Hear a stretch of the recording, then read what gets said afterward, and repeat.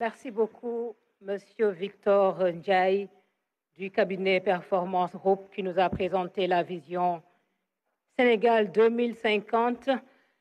Vision donc pour les 25 prochaines années, mais déclinée en plans quinquennaux. Et nous allons pour la période 2025-2029 suivre ce qui va se passer dans la présentation de Monsieur Souleymane Diallo. Il est le directeur général de la planification et des politiques économiques au ministère de l'économie, du plan et de la coopération. Merci de l'accueillir pour 20 minutes de présentation.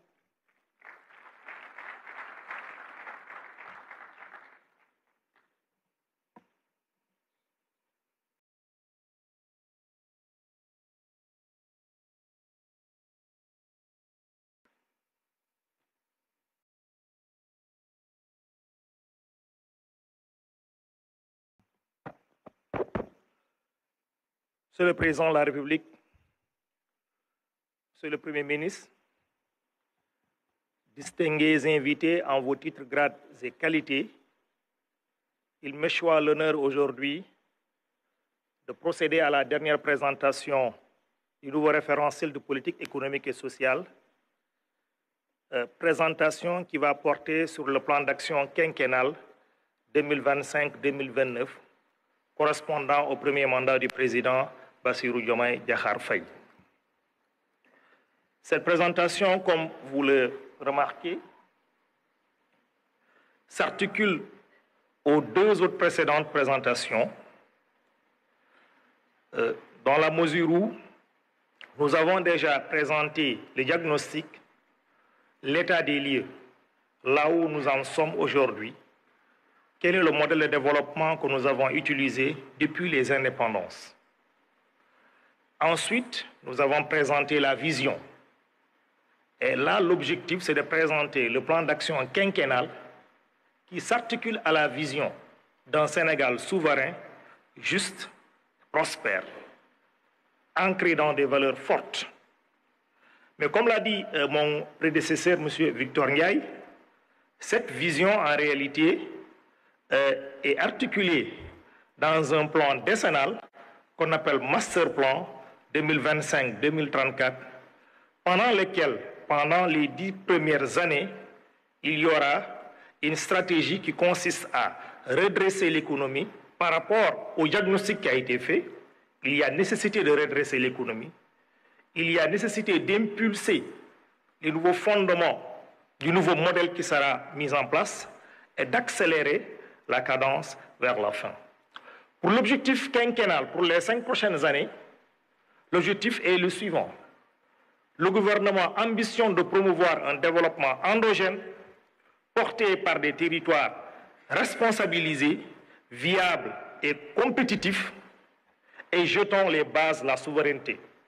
Dès les 5 premières années, les bases de la souveraineté seront jetées. Et cet objectif est articulé autour des 4 axes stratégiques qui ont été présentés d'ailleurs brillamment par l'équipe de Thiaroye, je pense, c'est ça.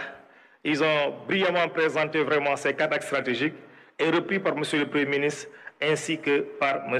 Victor Ndiaye. Mais pour adresser ces 4 axes stratégiques, il y a 6 défis majeurs qu'il convient vraiment d'adresser au préalable. C'est ce qui fonde la définition des 4 axes stratégiques.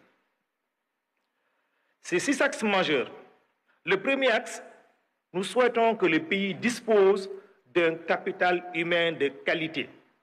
Et nous savons tous que c'est le tendon d'Achille du Sénégal. Nous souhaitons disposer d'un capital humain de qualité, ce qui signifie que nous souhaitons avoir une population bien éduquée, bien formée, en bonne santé, bien nourrie.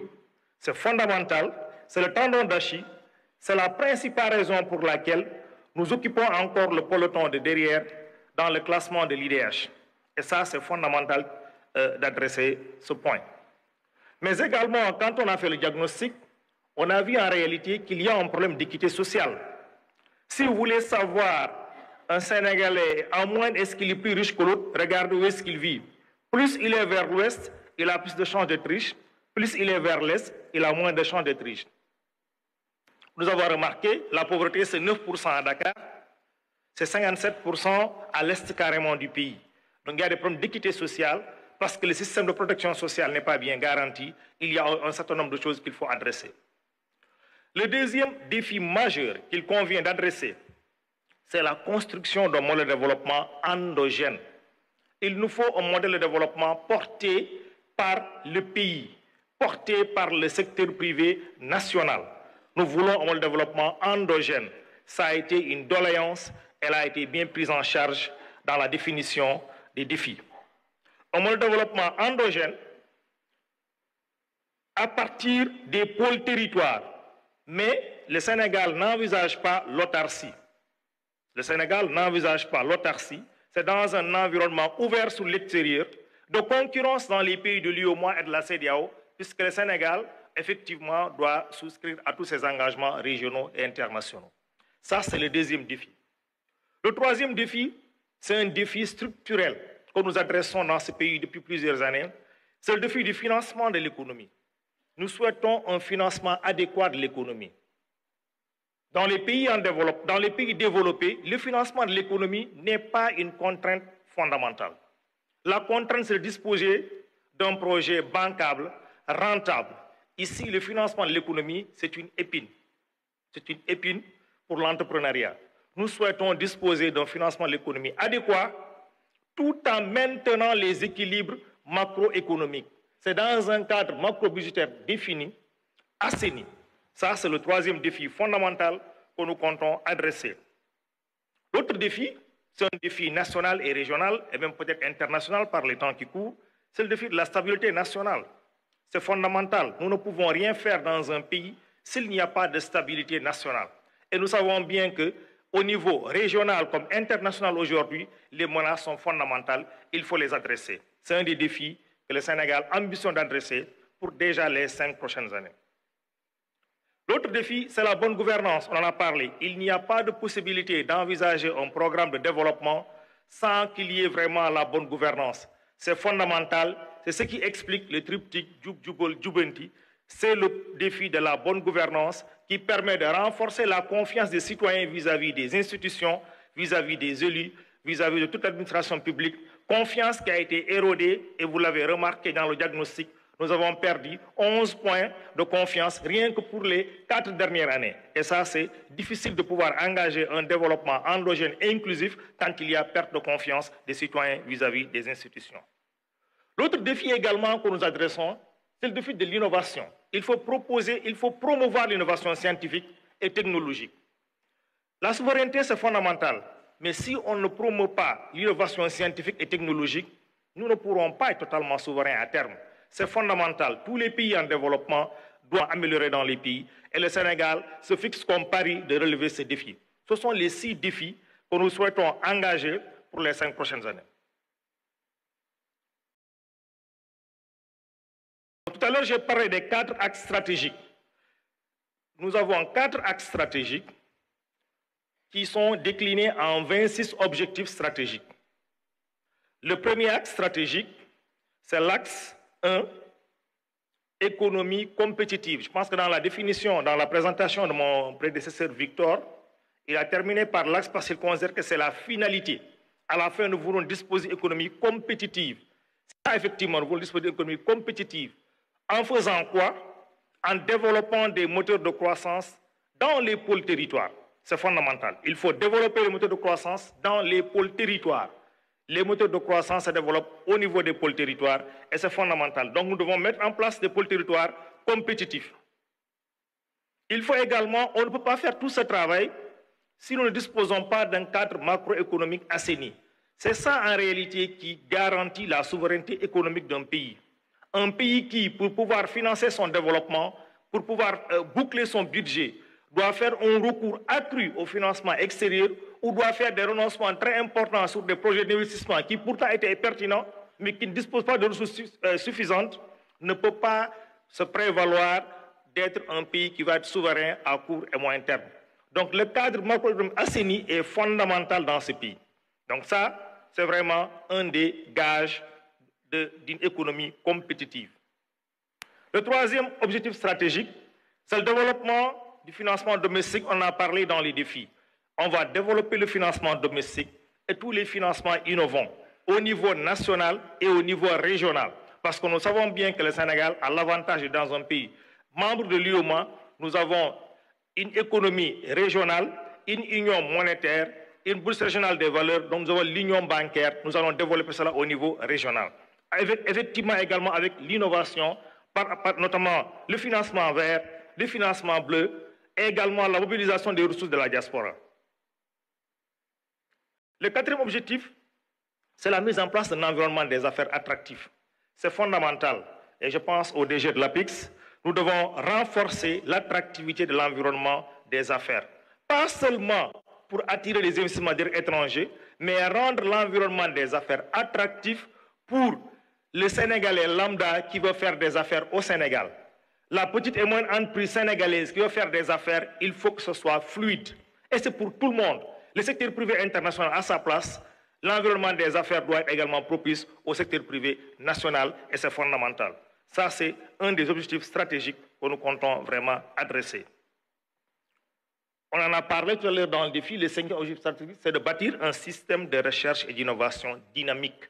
Nous avons des institutions ici, notamment dans le ministère en charge de l'agriculture, de l'industrie. Vous avez l'ISRA, vous avez l'ITA, qui sont des services en charge de la promotion de l'innovation. C'est des services qui doivent être renforcés et renforcer la synergie avec les services qui font la recherche, ceux qui font l'innovation et ceux qui font la vulgarisation.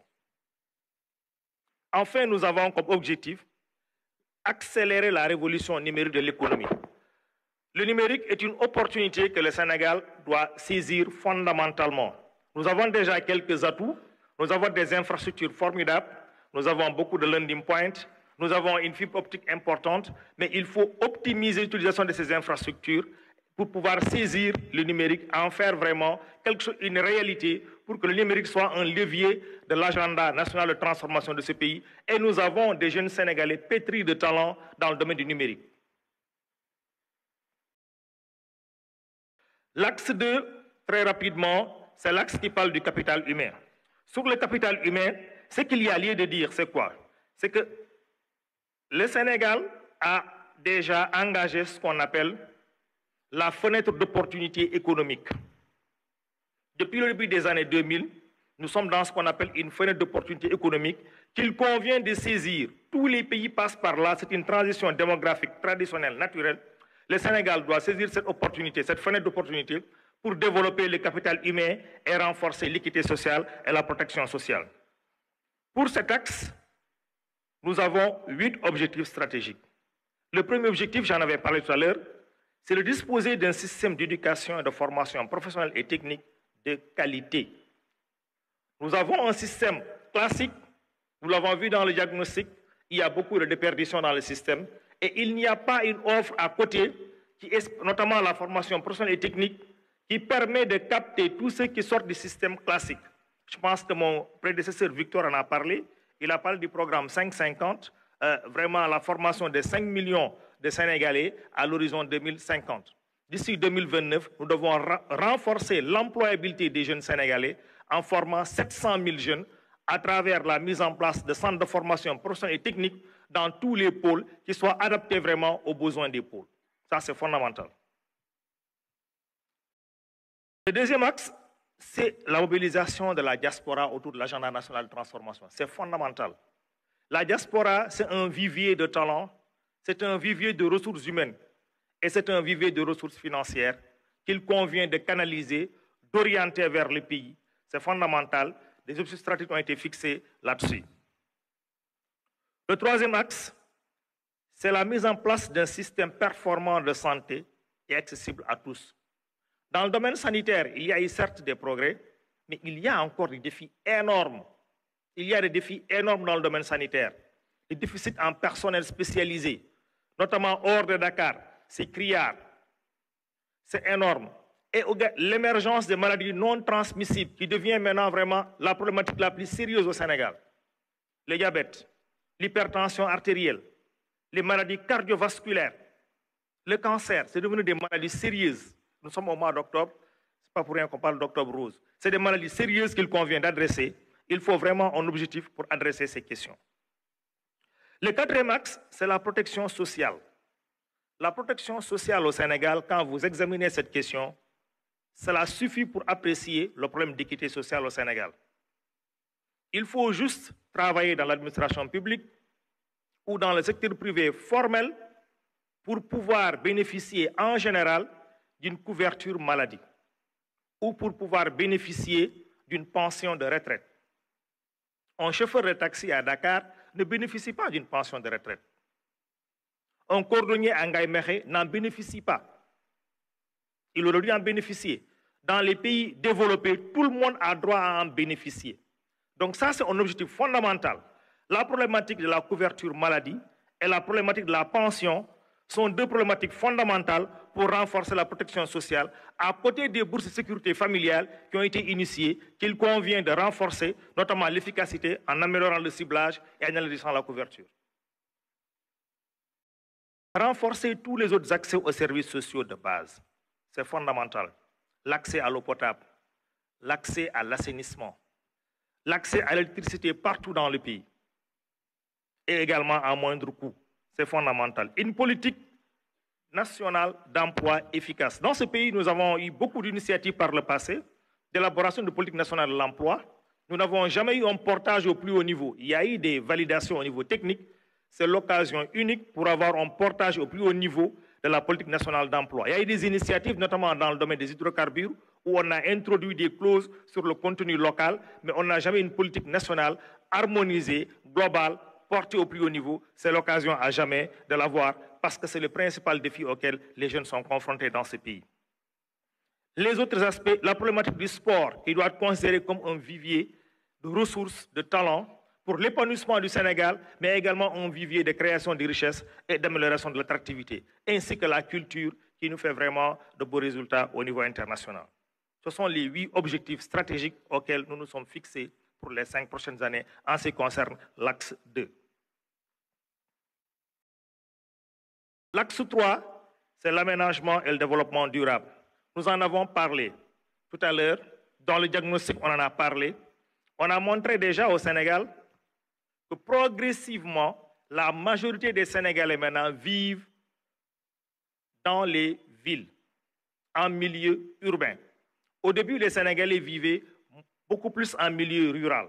Aujourd'hui, on a une urbanisation qu'on a dit galopante, qui fait que 54% de la population vit en milieu urbain. Donc fondamentalement, la politique qui n'a pas été bien prise en charge, l'aménagement du territoire, l'urbanisation des villes est fondamentale. C'est pourquoi on en fait le premier objectif stratégique de l'axe 3. Il faut une urbanisation des villes pour pouvoir vraiment accueillir, et c'est une tendance mondiale, internationale. C'est une tendance internationale dans tous les pays du monde. Finalement, les gens habitent en ville. Il faut préparer cela pour ne pas créer des bidonvilles vraiment anarchiques dans le monde. Et d'ailleurs, les villes, c'est le centre de création de richesses dans le monde. Dans le monde, partout, c'est dans les villes que les richesses sont créées. Donc c'est fondamental de pouvoir développer les villes, de pouvoir les urbaniser. C'est le premier objectif. Le deuxième objectif, c'est en réalité de pouvoir promouvoir une gestion durable des écosystèmes naturels. Nous savons qu'au Sénégal, les écosystèmes naturels sont fragiles. Nous l'avons remarqué, nous avons beaucoup d'écosystèmes qui sont fragiles. Le Sénégal est conscient de cela et vraiment, on va adresser toutes ces problématiques pour vraiment préserver les écosystèmes, promouvoir une gestion durable des écosystèmes naturels. Le troisième objectif, c'est un objectif auquel le Sénégal a souscrit avec l'initiative JETP, c'est la transition énergétique juste et équitable. Le Sénégal souhaite vraiment qu'il y ait l'énergie, l'accès universel à l'électricité, mais un accès universel d'une énergie propre, puisque le Sénégal a souscrit à des engagements internationaux dans le cadre de l'accord des changements climatiques, et nous devons souscrire à cela, nous devons poursuivre. Nous avons déjà un mix énergétique de tout de 30%, nous devons travailler à arriver à 50% d'énergie propre à l'horizon 2029. Nous avons également, il faut la promotion des modes de production et de consommation durables qui soient responsables comme quatrième objectif stratégique. Et nous avons également la mise en place d'infrastructures de connectivité. C'est fondamental que les infrastructures de connectivité soient pensées de façon intelligente, qu'elles puissent vraiment relier les zones de production aux zones de consommation. C'est fondamental que les infrastructures soient vraiment bien pensées, que ce soit les connectivités infrastructures de connectivité, des infrastructures de transport, des infrastructures énergétiques, des infrastructures numériques également, tout soit fait. Et enfin, le soutien à l'économie sociale et solidaire, c'est fondamental pour renforcer la résilience vraiment des communautés. L'axe 4. L'axe 4, c'est le dernier axe. Il comporte 6 objectifs stratégiques. Il porte sur la bonne gouvernance et l'engagement africain. C'est fondamental, on ne peut rien faire dans ce pays si on ne renforce pas la bonne gouvernance. On ne peut rien faire dans le monde si on ne renforce pas la bonne gouvernance. C'est un credo partout. Il faut consolider l'état de droit et la protection des citoyens. C'est fondamental. C'est le premier objectif stratégique de l'axe 4. Le deuxième objectif, c'est de réformer les institutions nationales. Et comme vous le savez bien, ça a démarré avec les assises nationales. Il faut réformer les institutions pour vraiment les moderniser davantage. L'objectif 3, c'est de réformer l'administration publique centrale. Il faut continuer à réformer l'administration publique centrale pour qu'elle soit à l'écoute des usagers. C'est fondamental. Et l'administration décentralisée, qui est encore un peu plus faible, qu'il faut consolider davantage. L'objectif 4, c'est le renforcement du civisme et de la citoyenneté, ainsi que de la démocratie participative. Il va falloir que ce développement ne se fera pas uniquement par les autorités ou par les institutions. C'est vraiment toute la population ensemble. Les gens d'un élan solidaire doivent développer le pays et c'est par vraiment un élan de solidarité, de civisme et de citoyenneté qu'on pourra adresser cette question. Renforcer la sécurité nationale, on en a parlé dans les défis. Et enfin, impulser toutes les réformes nécessaires. Le Sénégal doit s'ériger en champion, en leader dans le domaine de l'intégration régionale pour impulser toutes les réformes nécessaires pour consolider l'espace régional que nous avons en commun qui nous est si cher. Ce sont les 4 objectifs stratégiques de l'axe 4.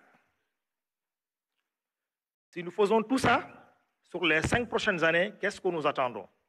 À la faveur d'ailleurs du début d'exploitation des hydrocarbures, on aura une croissance économique qui va tourner entre 6,5% et 7% en moyenne chaque année d'ici 2029. C'est ce qui est attendu. Et ça, on ne l'aura pas uniquement en augmentant systématiquement les investissements, mais en renforçant l'innovation. Parce qu'on a remarqué qu'on a eu beaucoup de croissance économique par le passé, mais le tendon d'Achille était qu'on augmentait systématiquement l'investissement et ça a créé un niveau d'endettement qui à terme n'est pas soutenable. Nous avons eu la chance d'avoir, je pense qu'au niveau du diagnostic, Cheikh Modou Thiam en a parlé, tous les 20 ans, on est bloqué à une crise cyclique d'endettement. De 60 à 79, on s'est rendu compte qu'il faut un programme d'ajustement structurel parce qu'on avait atteint les marges de manœuvre budgétaires. En 2000, il a fallu l'initiative des pays pauvres très endettés, PPTE, pour pouvoir alléger fondamentalement la dette et ouvrir les marges de manœuvre encore pour le Sénégal.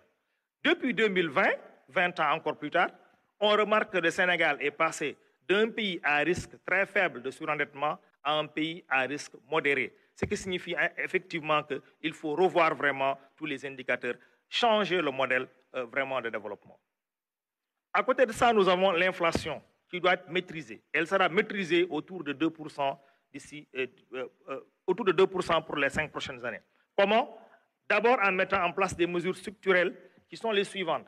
Il faut renforcer l'approvisionnement correct du marché. C'est fondamental et insister sur un phénomène intéressant, c'est la régulation du marché pour certains produits particuliers, notamment les produits alimentaires, les produits énergétiques, les produits pharmaceutiques. Même dans les matériaux de construction, il faut renforcer la régulation pour éviter vraiment qu'il y ait des formations de prix spéculatifs. C'est fondamental. Et également, nous comptons améliorer la balance courante et le solde extérieur courant. Vraiment, à la faveur de tout ce qui a été fait, le déficit public sera réduit considérablement, je reviendrai là-dessus.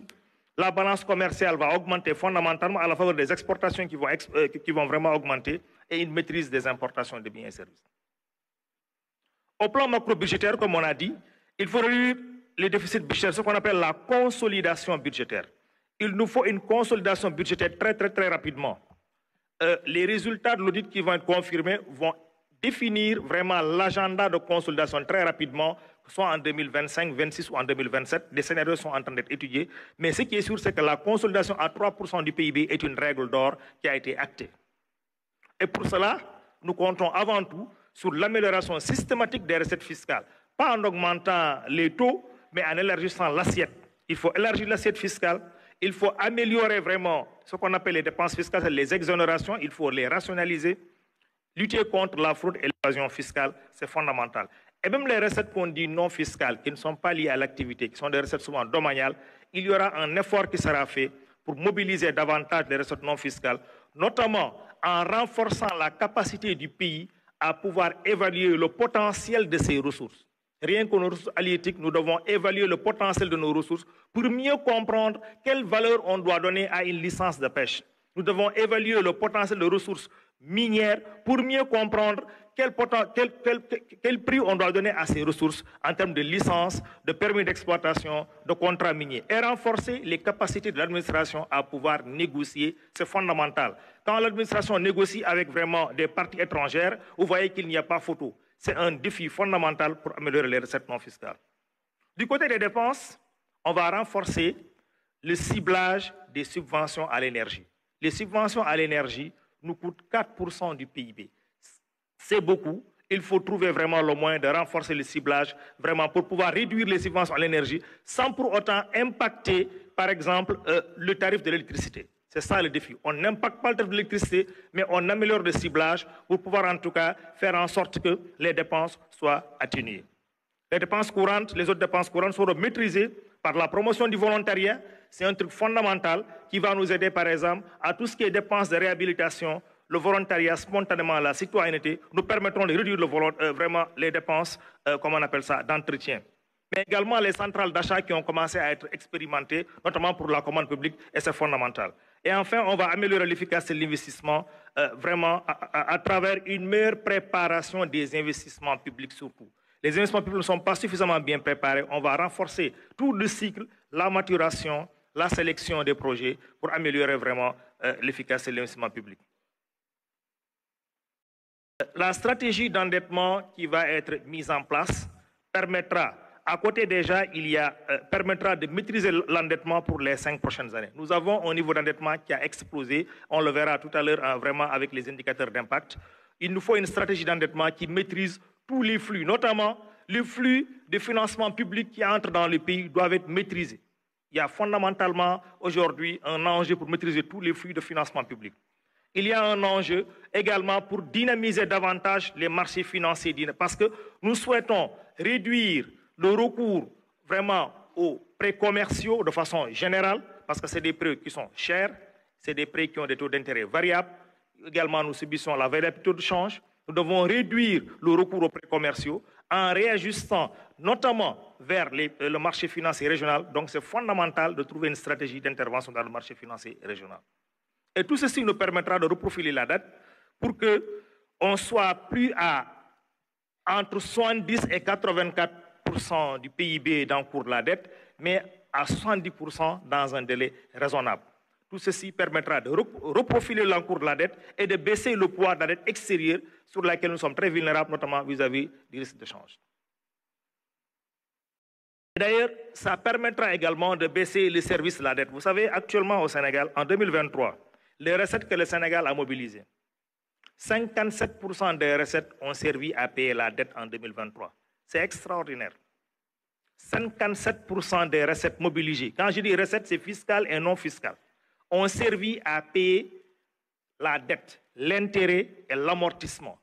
Il reste quoi pour la masse salariale? Combien pour l'investissement? C'est ça qui fait qu'on doit changer de modèle. Ça ne peut pas continuer, ça ne peut pas prospérer. C'est ce qui explique le changement de paradigme. Et vous voyez là, rien que les intérêts sur les recettes, les intérêts bouffent 15% des recettes. Il faut reprofiler cela très rapidement. Si tout ce travail est fait, les objectifs qui sont fixés à l'horizon 2029, le PIB, le revenu par tête, c'est-à-dire le revenu moyen du Sénégalais, devra augmenter de 1 660 $ à 2 468 $, augmentation de près de 50% en 5 ans. C'est possible, il faut que tous les Sénégalais s'y mettent pour qu'on y arrive. C'est fondamental et c'est possible. On va baisser le ratio de la dette qui est évalué à 73% sur les premières estimations, mais qui en réalité, vous avez vu, passe à 84% d'ailleurs avec vraiment les premières estimations de l'audit. Donc, de 84%, on devrait passer vers 70% à l'horizon 2029. L'IDH, l'indice de développement humain, c'est l'indice qui mesure le développement humain du Sénégal, de tous les pays, mesuré par le PNUD. Nous sommes toujours dans la tranche des pays à développement humain faible. Le Sénégal, d'ici 5 ans, avec la mise en œuvre de tous ces programmes qui ont été fixés ici et présentés bien avant que je ne vienne, permettra d'intégrer le peloton des pays à développement humain moyen d'ici 5 ans. Et l'espérance de la vie à la naissance également augmentera au moins de 3 ans, passant de 68 ans à 73 ans. C'est fondamental. Le Sénégal a l'ambition également d'avoir l'accès universel à l'électricité et à l'eau d'ici 2029. L'accès universel à l'électricité et à l'eau, 100%. Ça veut dire que si quelqu'un veut se connecter à l'électricité, même à Pata dans le Médina Yoro Fula, qui n'a jamais vu de courant, ils doivent avoir accès au courant s'ils veulent se connecter. À l'eau, à Touba, dans le Djolof, on doit avoir accès à l'eau partout au Sénégal. Ça, c'est vraiment un enjeu de taille, c'est un objectif clair, bien affiché. Également, le Sénégal doit renforcer la problématique de l'assainissement. Nous devons renforcer l'assainissement qui est un fléau dans toutes les villes de ce pays. Nous devons augmenter vraiment le taux d'assainissement pour passer de 62% à 82%, tout en augmentant également le mix énergétique.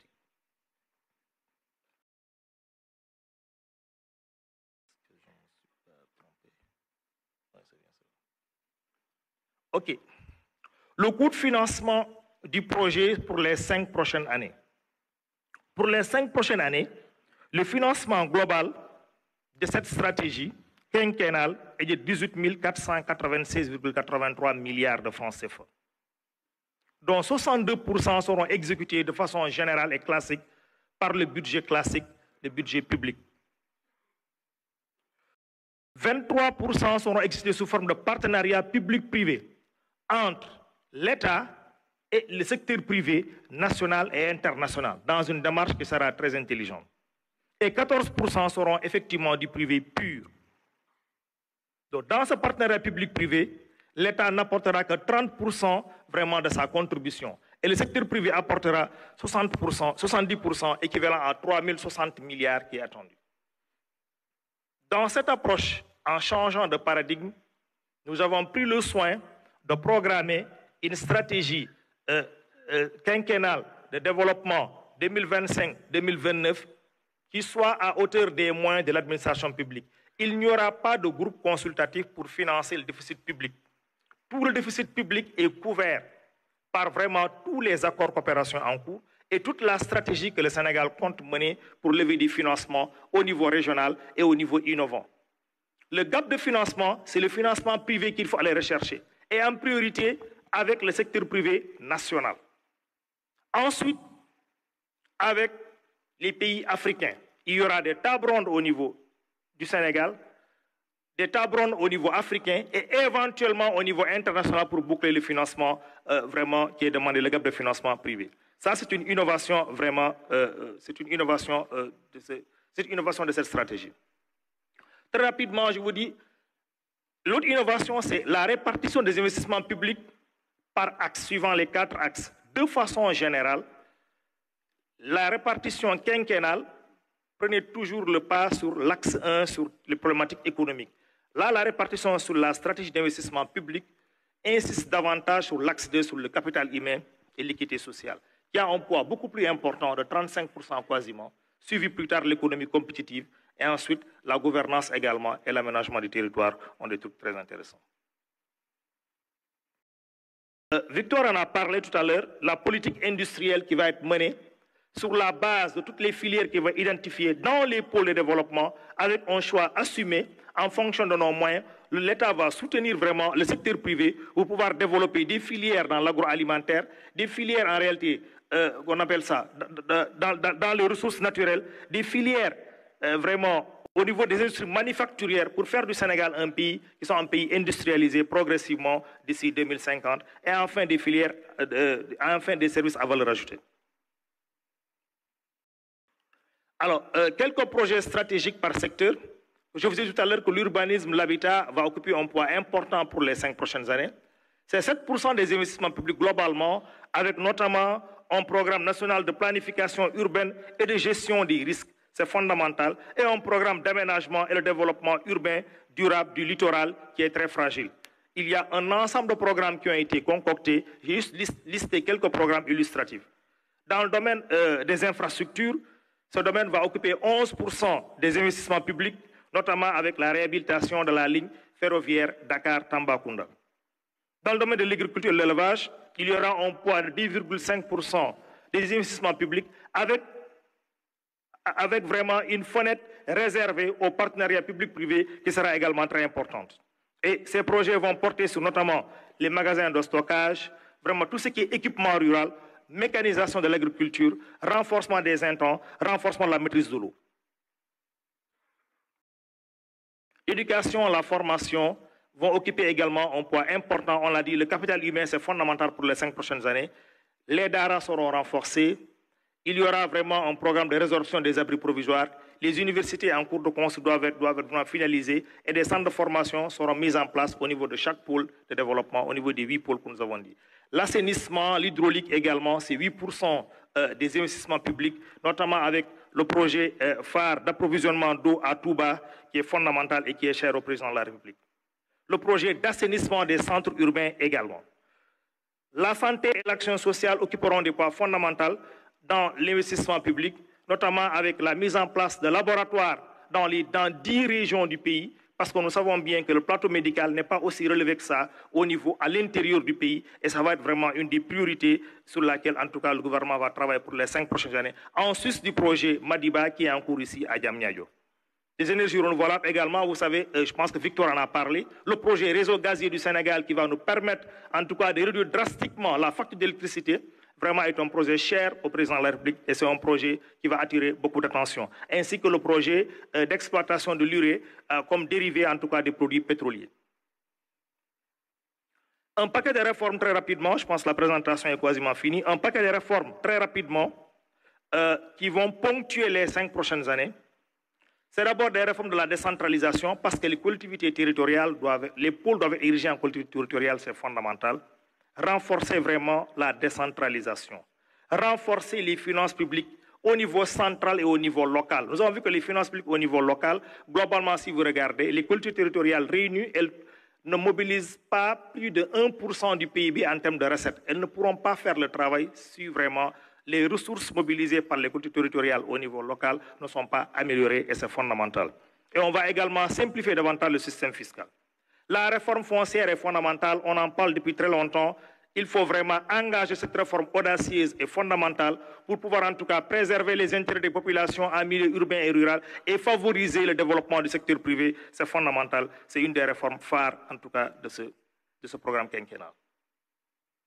Les autres réformes, on en a parlé, c'est la justice, notamment la digitalisation des services de la justice, c'est fondamental. Vous avez vu dans, comment on appelle ça, le diagnostic, il y a une surpopulation carcérale. Et une des raisons, c'est parce que quasiment la moitié des populations qui sont détenues sont en instance de jugement. Le jugement n'est pas encore achevé. Donc il faut digitaliser, renforcer les moyens humains et financiers du corps de la justice pour pouvoir vraiment accélérer cette situation, le traitement des dossiers en justice et réduire vraiment la population carcérale qui n'honore pas le Sénégal. Il y a des réformes sur le civisme et la citoyenneté, notamment en mettant en place l'Observatoire de la citoyenneté pour promouvoir davantage l'élan national et vraiment promouvoir l'élan national dans le développement du pays. La dernière réforme, c'est le développement du secteur privé qui doit être fait au niveau des pôles territoires.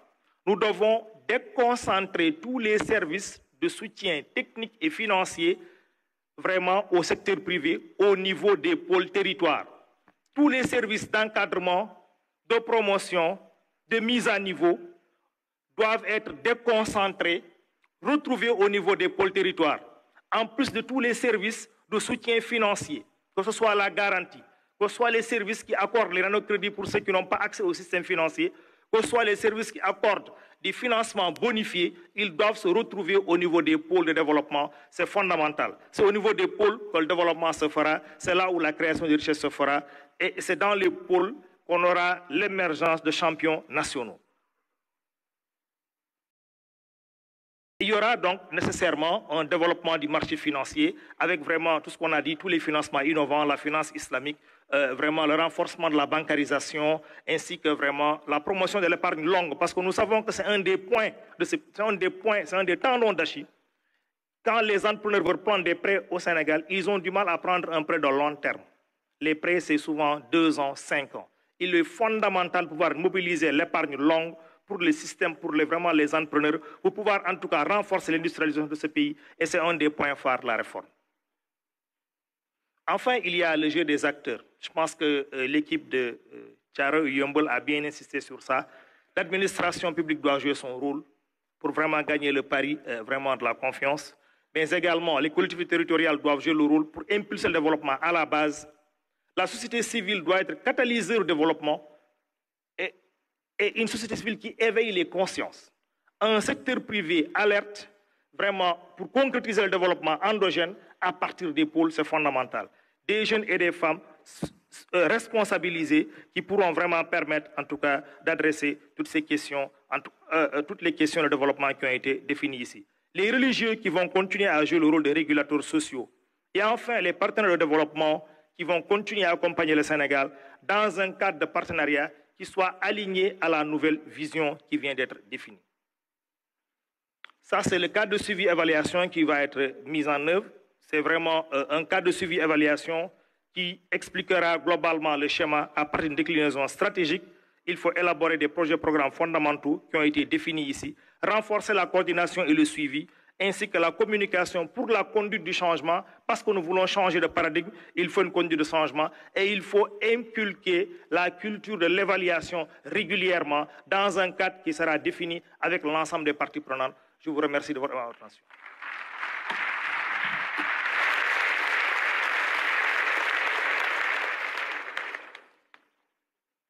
Merci beaucoup, Monsieur Souleymane Diallo, directeur général de la planification et des politiques économiques.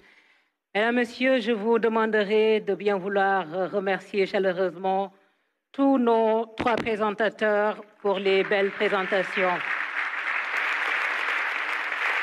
Voilà donc, nous avons suivi, Mesdames, Messieurs, un tableau complet sur la vision Sénégal 2050.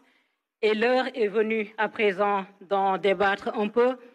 Nous allons installer un panel qui constitue un échantillon représentatif du secteur privé, de la société civile, des organisations professionnelles, des syndicats. Et ce panel sera modéré par professeur Babacar Sène, professeur titulaire agrégé des universités en économie, professeur que j'invite à venir s'installer sous vos applaudissements.